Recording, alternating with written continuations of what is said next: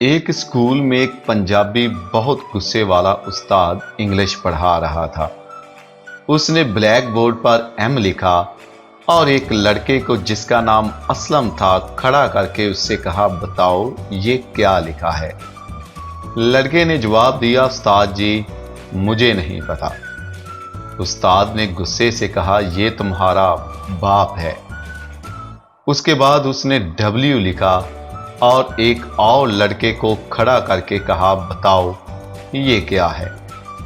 लड़के ने कहा, सर ये है तो असलम का बाप, लेकिन इस वक्त टांगें उल्टी करके खड़ा है। एक सरदार का बेटा एडमिशन फॉर्म फिल कर रहा था और सरदार भी उसके साथ ही था। बच्चे ने बाप से पूछा, अब्बा जी ये मदर टंग वाले बॉक्स में क्या लिखना है। तो सरदार ने कहा, बेटा लिख दे वेरी लॉन्ग।